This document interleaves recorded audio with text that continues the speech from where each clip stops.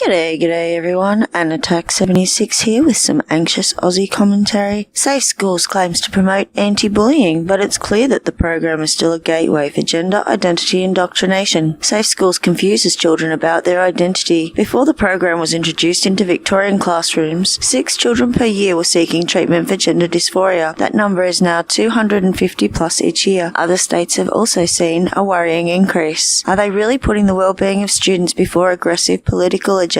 The more I read, the more I'm convinced this is a terrible and deliberate social experiment. So this episode I thought I'd give you, my opinion of course, plus a little I've learnt from numerous experts working with gender dysphoria and endocrinology, some of which you'll find linked below. I've narrowed it all down and found some interesting bits you may or may not have heard, which might help you draw your own conclusions on this growing trend. We find more and more children under the age of 10 is socially transitioning into schools and school communities as well as at home into a full-time gender role of opposite to their natal gender. Now this actually goes against a lot of what I've read so far. So my opinion is that allowing a child to socially transition too young is like allowing them to deliberately form a habit that they're going to probably have to break. It's a fact that there is only a very, very tiny percentage of gender dysphoric children, and of those, over 80%, and even the gender affirmation resource articles tend to agree that roughly 80% will settle into their natal sex. And they also agree that it can make it psychologically harder for the child to break that habit of acting as the other role. There are all sorts of things that you do differently. The talking, the social interactions, as well as the dressing, as well as you changing their pronouns and reinforcing that. And you can also imagine if your family's told you you're a girl your whole life, it could be a bit hard to turn around and say, hey, but I really do feel like I'm a boy, if your family and your school and all your friends have gone out of the way to help firm your gender identity during your dysphoria all those years. So the first ones I'll mention are Dr. Mayer. Now he's actually stood up and testified in dozens of federal and state cases in the US, supporting equality and opposing discrimination for the LGBTI community. Supports every sentence in his report without hesitation because it's about science and medicine. Now this report covered that they actually did a review of over 500 scientific articles that he went through with Dr. Paul McHugh, who is a leading psychiatrist, has been with Johns Hopkins Hospital was with them for over 21 years. And they reviewed hundreds of peer-reviewed studies on sexual orientation and gender identity from biological, psychological, and social sciences. And their conclusions, as relevant to us, is the belief that gender identity is an innate fixed human property independent of biological sex, so that a person might be a man trapped in a woman's body or a woman trapped in a man's body is not supported by scientific evidence. Only a minority of children who express gender atypical thoughts or behaviour will continue to do so into adolescence or adulthood, which is that 80% figure we regularly see. There is no evidence that all such children should be encouraged to become transgender, much less subjected to hormone treatments or surgery. Non-heterosexual and transgender people have higher rates of mental health problems, anxiety, depression, suicide, as well as behavioural and social problems such as substance abuse and intimate partner violence than the general population. Discrimination alone does not account for the entire disparity in these social differences. Now the next one I want to bring up is the Endocrine Society. Now the Endocrine Society has actually been around for close to 100 years. They study a host of conditions and diseases and treat patients related to glands and hormones. So obviously gender dysphoria and cross-sex hormones and gender suppression comes under that. And I was pleased to see they do in fact have conflict of interest information for people who work in this field, because it is something I have wondered about and I'm going to look at a bit later, I think. Part of their basic conclusions is neither biological nor psychological studies provide a satisfactory explanation for the intriguing phenomenon of GID. In both disciplines, studies have been able to correlate certain findings to GID, but the findings are not robust and cannot be generalized to the whole population. Therefore, the standard of care guidelines recommend that the diagnosis be made by a mental health professional. For children and adolescents, the mental health professional should also have training in child and adolescent developmental psychopathology. So we're not talking about just the school counsellor. Now in the summary for their recommendations for clinical treatment on the Endocrine Society page, we which I should have mentioned, they operate in over 100 countries, and they include researchers as well as clinicians and doctors, surgeons, endocrinologists, an entire range of people are part of this organisation. They recommend the diagnosis of gender disorder be made by a health professional, and they should have special training, as mentioned. Given the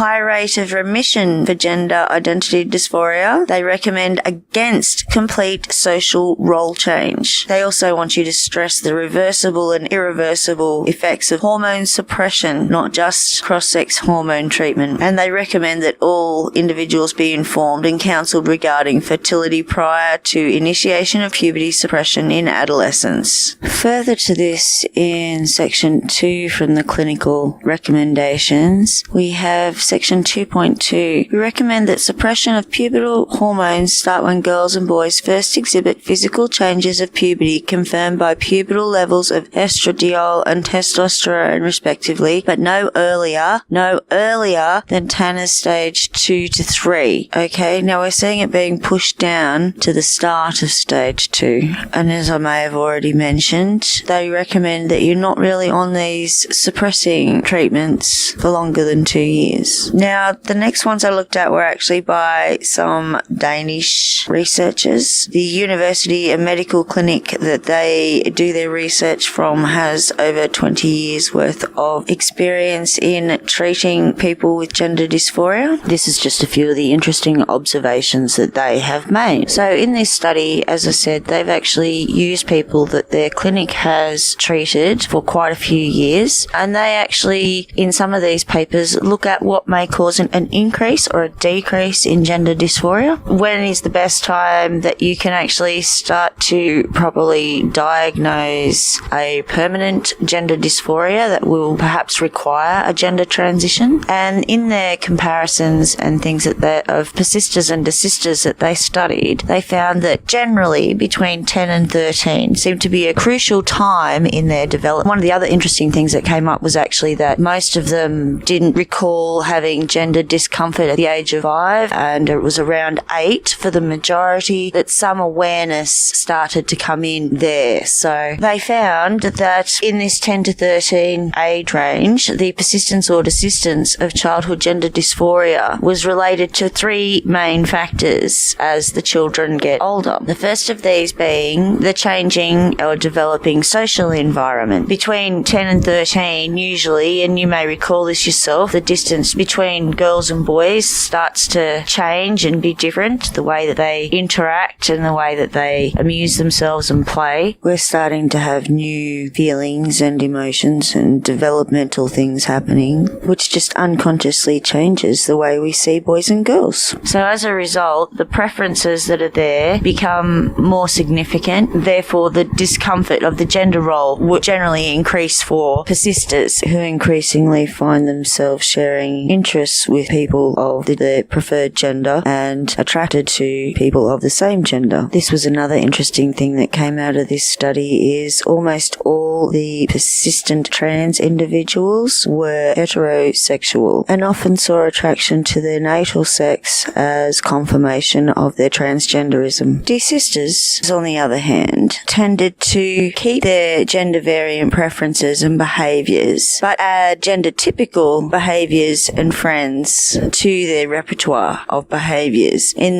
this case, the researcher put it as they did not want to miss the boat on that gender experience, on their natal gender experience. So they tended to start to have more affiliation with children of their own gender at that point at the same time. The second factor that this research says shows itself in this age group is anticipation of and actual changes during puberty. As you know, there's lots of new hormones and things kicking in at different levels, doing the things that they do to us, and all those different thoughts and feelings that come with hitting puberty. So for the persisting boys and girls, the anticipated feminization or masculinization caused severe distress and concerns about the future. So they tended to have more aversion towards their body and more social withdrawal. On the other hand, with desisting boys and girls, the first changes to the body made them question things. The girls tended to be insecure because of breasts. Desisting boys, however, all seemed to enjoy their first experiences of their new pubertal body ick. The third factor that seemed to be an associated factor with persistence or desistance of childhood dysphoria, and again, these don't make themselves apparent until 10 to 13 when puberty's kicking in, was falling in love or sexual attraction, or both. The persisters were all attracted to same or the natal sex partners, which indicated an awareness of their sexual attractions functioning as a confirmation of their cross-gender identification, as they viewed this as typically heterosexual. For the desisters, however, the experience of falling in love resulted in questioning their cross-gender identification, regardless of the sex of the partners they felt attracted to. So obviously they're enjoying the body that they have rather than wishing it was a different body. So these three factors seem to give some idea of persistence or desistance once puberty's well underway, not when they're first discovering that they have parts and their friends have parts and these parts can be interesting. Well, one of the ways that their papers summed this up, as they said, was the question arises, is there a way you can get a real indication of children less than 12-year-old that might predict which trajectory they're going to be on if they are suffering from gender identity disorder? And it tends to be persisters feel they are mentally and physically in the wrong body, whereas desisters tend to see themselves as in the wrong gender role, which if you stop and think about it makes total sense, especially given the current trend to throw gender roles out the window as a negative thing in the name of diversity, acceptance and tolerance. So their advice for children 10 to 13 is that they are thoroughly spoken to about their feelings regarding the environment, their anticipated responses and actual puberty, whether they're having any romantic or sexual feelings or any of those things before any medical steps are taken. So they specify before the decision to suppress further pubertal development. So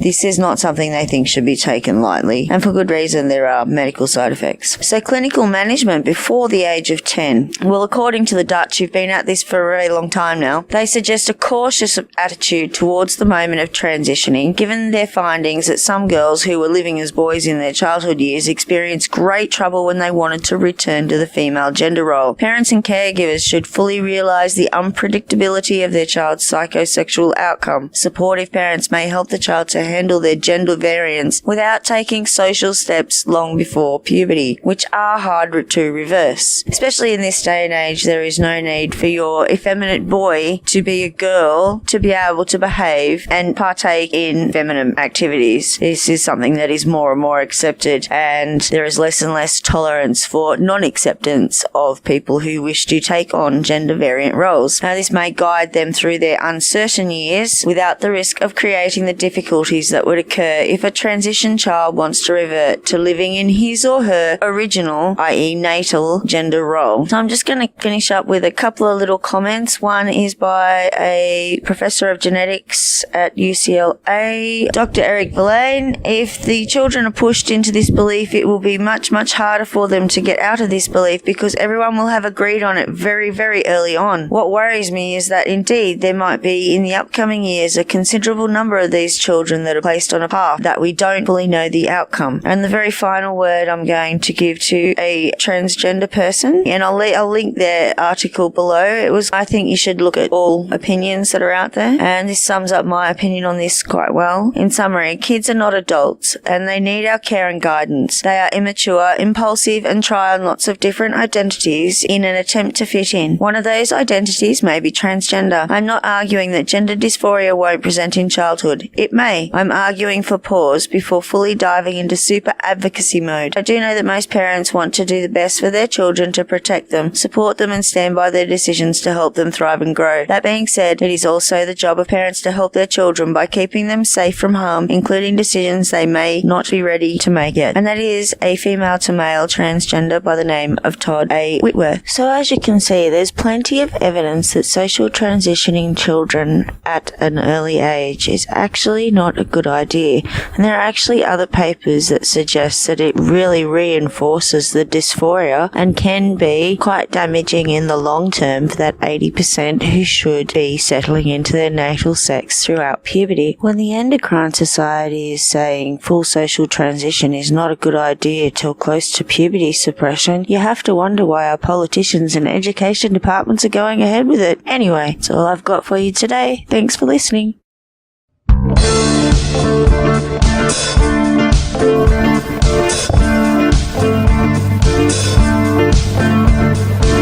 It's only no gay agenda.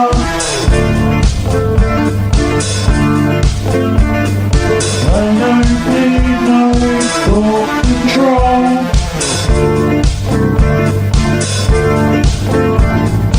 I just need an education.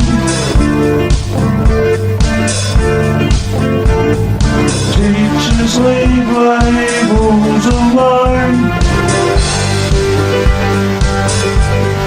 Hey, Marxists, leave our kids alone. All in all, they want to break society's norms. All in all, they want to break your family's form. Kids don't need indoctrination. It's wrong to dictate how they'll feel.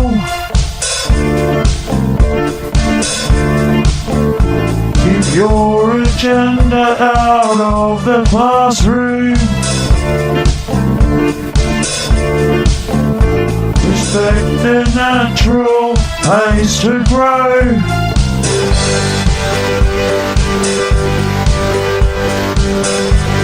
Hey, Marxists, leave our kids alone. All in all, I want to break society's norms. All in all, I want to break your family's form.